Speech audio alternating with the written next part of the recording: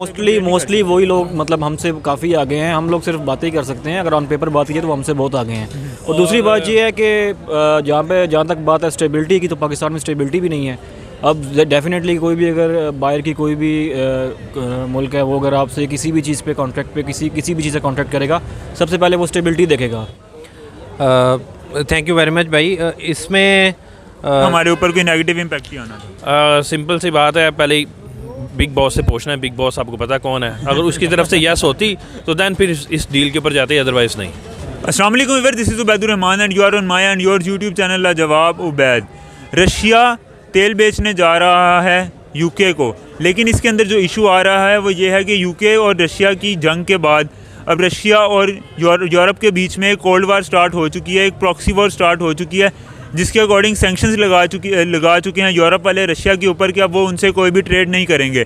लेकिन यूके अब चाह रहा है कि वो ऑयल जो है वो परचेज़ करे, वो क्रूड ऑयल और काफ़ी सारे इस तरह की जो चीज़ें हैं वो परचेज़ करे रशिया से। अब इसके लिए जो हल निकाला गया वो ये है कि भाई वो इंडिया को पहले सेल करेगा और इंडिया फिर आगे उसको करेगा यूके को। क्या लगता है कि क्या होने क्या जा रहा है? आखिर इंडिया ही को क्यों बाईपास बनाया जा रहा है? पाकिस्तान भी तो इसी खित्ते में आता है। पाकिस्तानी पब्लिक के पास चलते हैं और जानते हैं कि वो क्या राय रखते हैं इस बारे में। अस्सलाम वालेकुम। वालेकुम अस्सलाम। सर क्या नाम है? मेरा नाम ज़िशान है। हैदर ज़िशान और हैदर साहब, अभी हम जिस टॉपिक के ऊपर वीडियो बना रहे हैं बेसिकली वो टॉपिक है कि आपको भी जैसे पता है कि रशिया और यूक्रेन की वॉर चल रही थी और उसके अंदर यूरोप भी था समहाउ कि वो यूक्रेन की साइड ले रहा था। यूरोप का हम अगर बात करें तो यूके का ये कहना है कि भाई हमें पेट्रोल चाहिए, हमें ऑयल चाहिए, रशिया के थ्रू हमने सस्ता तेल ख़रीदना रशिया से। लेकिन अब मसला ये है कि रशिया और यूके की डायरेक्ट डील नहीं हो सकती क्योंकि सैंक्शंस कुछ ऐसी हैं। अब रशिया ने एक ऑफ़र दी है कि भाई हम इंडिया को तेल बेचते हैं, तुम इंडिया से तेल ख़रीद लेना, यानी कि बाईपास होकर इंडिया के थ्रू जो है वो यूके तेल ख़रीदने जा रहा है रशिया से। तो आपको क्या लगता है कि वाई इंडिया एंड पाकिस्तान क्यों नहीं? क्योंकि पाकिस्तान भी तो रास्ते में ही आता है। और आखिर ये होने क्या जा रहा है? उसकी मेन रीज़न यही है कि इंडिया और रशिया के जो रिलेशन है ना वो बहुत ज़्यादा स्ट्रॉन्ग है एज़ कम्पेयर टू पाकिस्तान। इसलिए ये जो ऑफ़र की जा रही है ये इंडिया के लिए है। और इंडिया की वैसे भी जो मार्केट है ऑल ओवर द वर्ल्ड, वो पाकिस्तान उसके कंपेयरली मतलब ज़ीरो है। तो इसलिए मतलब पाकिस्तान इंडिया से कंपेयर नहीं कर सकते इस मामले में जो है ना, इकोनॉमी के हवाले से हम उसके साथ कंपैरिजन में नहीं आते। ऑन पेपर अगर बात करें तो इंडिया हमसे आईटी में भी अगर आप देख लें, वैसे भी अगर आप चेक करें तो ओवरऑल हमसे वो बहुत अच्छा ऑन पेपर अगर देखा जाए। सर सिर्फ आईटी नहीं, अगर हम फार्मा इंडस्ट्री में बात करें, एग्रीकल्चर इंडस्ट्री में बात करें, और काफ़ी सारी इंडस्ट्रीज़ ऐसी आ जाती हैं कि जिसके अंदर मोस्टली वही लोग मतलब हमसे काफ़ी आगे हैं। हम लोग सिर्फ बातें ही कर सकते हैं, अगर ऑन पेपर बात की तो हमसे बहुत आगे हैं। और दूसरी बात ये है कि जहाँ तक बात है स्टेबिलिटी की, तो पाकिस्तान में स्टेबिलिटी भी नहीं है। अब डेफिनेटली कोई भी अगर बाहर की कोई भी मुल्क है, वो अगर आपसे किसी भी चीज़ पे कॉन्ट्रैक्ट पे किसी भी चीज़ से कॉन्ट्रैक्ट करेगा, सबसे पहले वो स्टेबिलिटी देखेगा। अब पॉलिटिकली देख लें और वैसे भी ओवरऑल देख लें तो पाकिस्तान में स्टेबिलिटी का भी बहुत बड़ा इशू चल रहा है आजकल। तो जब तक स्टेबिलिटी नहीं आती है तो मेरा नहीं ख्याल कि कोई भी मुल्क इस तरफ कोई फ्रेंडशिप। स्टेबिलिटी की अगर बात करें तो आपको लगता है? मेरा नहीं ख्याल कि इस तमाम सिनेरियो के अंदर स्टेबिलिटी जो काउंट की जाती है। इस सिनेरियो के अंदर, इस केस के अंदर जो मेन चीज़ जो इम्पेक्ट करती है ना, वो इंडिया और रशिया के जो स्ट्रेटेजिकली जो रिलेशनशिप है ना वो मैटर करते हैं। यूके के साथ भी उसके रिलेशंस बहुत बिल्कुल हैं।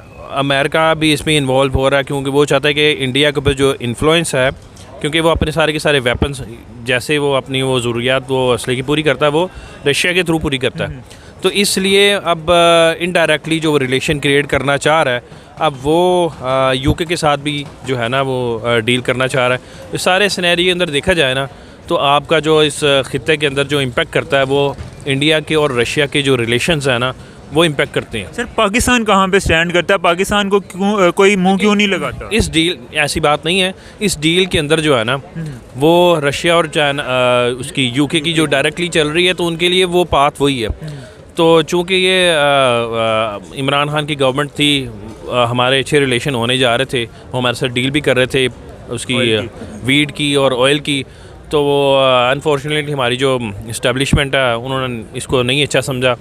तो ये सारी चीज़ें मैटर करती हैं। तो डिपेंडेबिलिटी जो है ना उनकी इंडिया के ऊपर ज़्यादा, इस मामले के ऊपर, उनकी रिलेशंस के ऊपर, तो इसलिए उनको जो बेनिफिट दिया जा रहा है वो इंडिया को दिया जा रहा है। अगर बात की जाए तो यहाँ पे अगर भरोसे की बात भी की जा सकती है कि स्टेबिलिटी के हिसाब से अगर देखा जाए तो पाकिस्तान में इस वक्त स्टेबल मतलब ना पॉलिटिकल पॉलिटिकली पाकिस्तान इस वक्त स्टेबल है ना इकोनॉमिकली स्टेबल है? ये सारी चीज़ें मैटर तो करती हैं, पॉलिटिकली भी और इकोनॉमिकली भी, लेकिन मेन चीज़ जो है वो यही है कि जो रिलेशंस हैं ना वो इंडिया के रशिया के साथ बेटर है। तो डिपेंडेबिलिटी, आपका जो अच्छा फ्रेंड होगा आप उसकी जो रिलायबिलिटी है वो ज़्यादा होगी, उसके ऊपर ज़्यादा रिलाई करेंगे तो वो मार्केट भी बढ़ी है। इसलिए वो इनविजिबली जो है ना वो यूके के साथ जो है ना इस डील को वो करवा रहा है थ्रू इंडिया।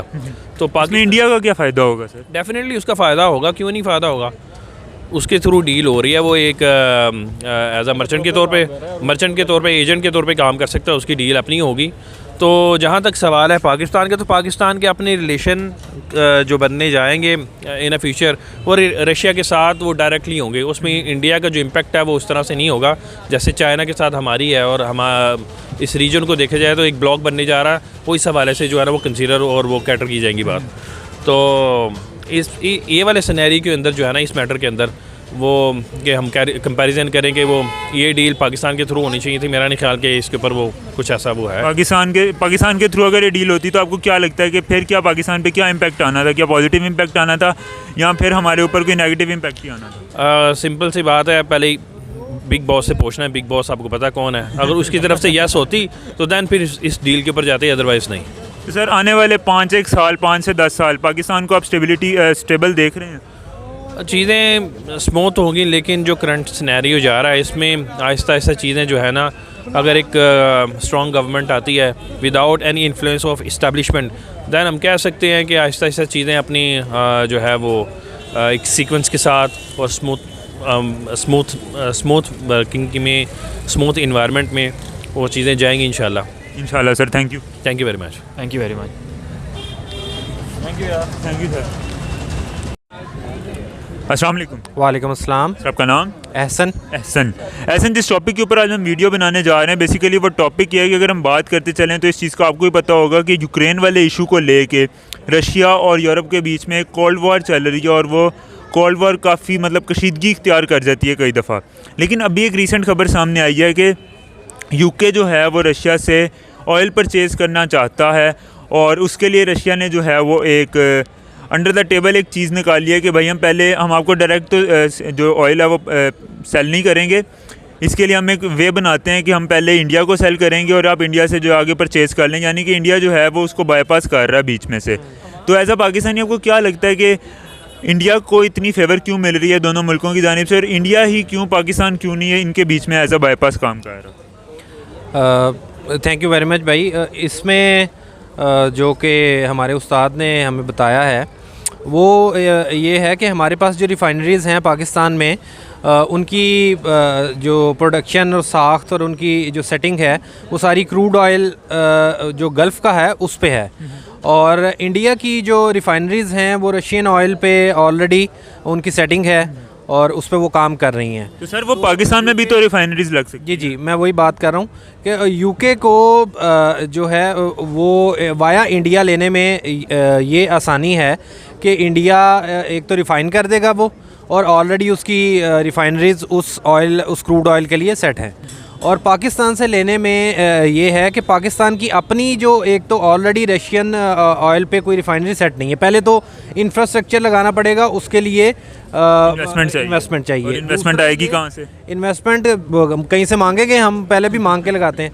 तो वो ये है कि इन्वेस्टमेंट अगर कर भी लें तो उसके बाद उसकी फिजिबिलिटी बनती है, और उस फिजिबिलिटी में वो ये देखा जाता है कि आपकी डिमांड कितनी है। और पाकिस्तान की आई डोंट नो, इंडिया के मुकाबले में तो ऑब्वियसली डिमांड कम ही होगी, बहुत कम है। तो वो मुझे तो यही बात समझ में आती है कि ऐसा है। और मैंने उसके अलावा अगर हम देखें तो आपको इसके अंदर ये नहीं लगता कि जियोपॉलिटिकल सिस्टम जो है वो भी कहीं ना कहीं एक रोल प्ले कर रहा है कि पाकिस्तान को जो है वो साइड पे किया जा रहा है और इंडिया को प्रेफर किया जा रहा है दूसरी कंट्रीज़ की जानिब से? क्योंकि इस वक्त अगर देखा जाए तो इंडिया दुनिया की 5वीं बड़ी इकॉनमी से बन के सामने आया है।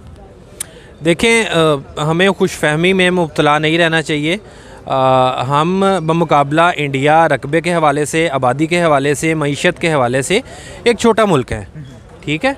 और हमें ऑब्वियसली हर इंसान को अपने घर से प्यार होता है, हमें भी अपने वतन से प्यार है, लेकिन ज़मीनी हक़ाइक़ ये हैं कि इंडिया हमसे एक बड़ा मुल्क है, उसकी इकॉनमी बेहतर है, उसके हालात बेहतर हैं। तो इसमें ऑब्वियसली आप एज ए बायर आप इस मार्केट में आए हैं, आप कहेंगे कि मैंने ये चीज़ लेनी है, मैं अच्छी से अच्छी दुकान पे जाऊं, तो आप यही देखें कि एक दुकान हमारी है, एक उनकी है, उनकी दुकान लोगों को ज़्यादा भाती है, तो हमें तो काम अपनी दुकान पे करना। शॉर्ट के उनकी दुकान जो है वो सजी हुई भी है और वहाँ पे किसी किस्म का कोई खतरा भी नहीं है, ज़्यादा है, उसकी सिक्योरिटी भी उस हवाले से सिक्योर्ड भी है, इश्यूज़ भी नहीं है, तो बायर वहीं जाएगा, बायर उधर तो नहीं आएगा कि जिधर। सर हम अपने इश्यूज क्यों नहीं ठीक करते भाई? यहाँ पे बड़े अरसे से चल रहे हैं। इसका कोई अच्छा जवाब नहीं है, हम क्यों नहीं करते। इसका सादा सा जवाब ये है कि हमें शर्म नहीं आती और हम अपना गिरेबान नहीं झांकते। जब हम अपना गिरेबान झांकेंगे तो शायद हमें शर्म आ जाए और उसके बाद हम हर चीज़ का जो इल्ज़ाम है जो पाकिस्तान के अंदर हो रहा होता है, हम कह देते हैं कि भाई हमारे हमसाया मुल्क हिंदुस्तान ने किया या ईरान ने किया, या हम बड़ी बात हो तो हम कह देते हैं जी अमरीकी साजिश है या इसराइली साजिश है। हमारा भी कहीं ना कहीं कोई हाथ होता है।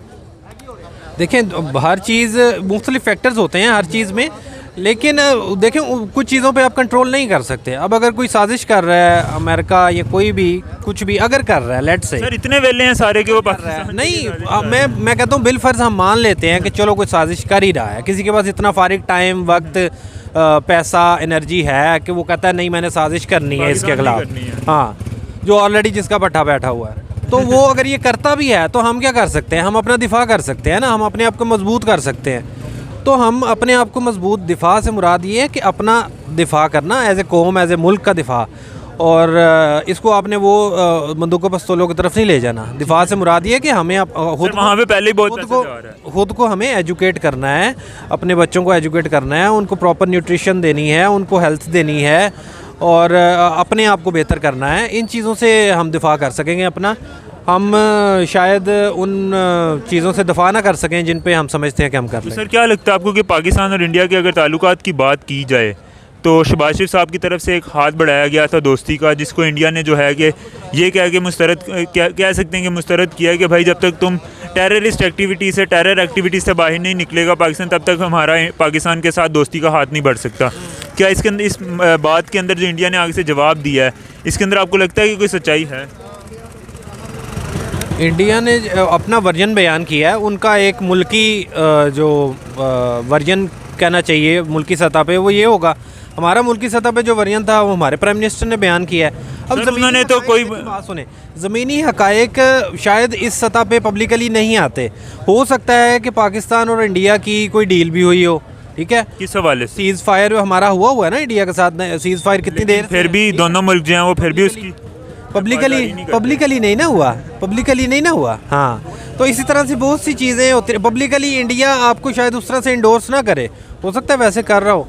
तो इंडिया की गवर्नमेंट ने अपना वोट बैंक देखना है, उनके भी पॉलिटिशियन हैं, उन्होंने अपना वोट बचाना है। उधर भी नफ़रत की सियासत बिकती है, यहाँ भी नफ़रत की सियासत बिकती है।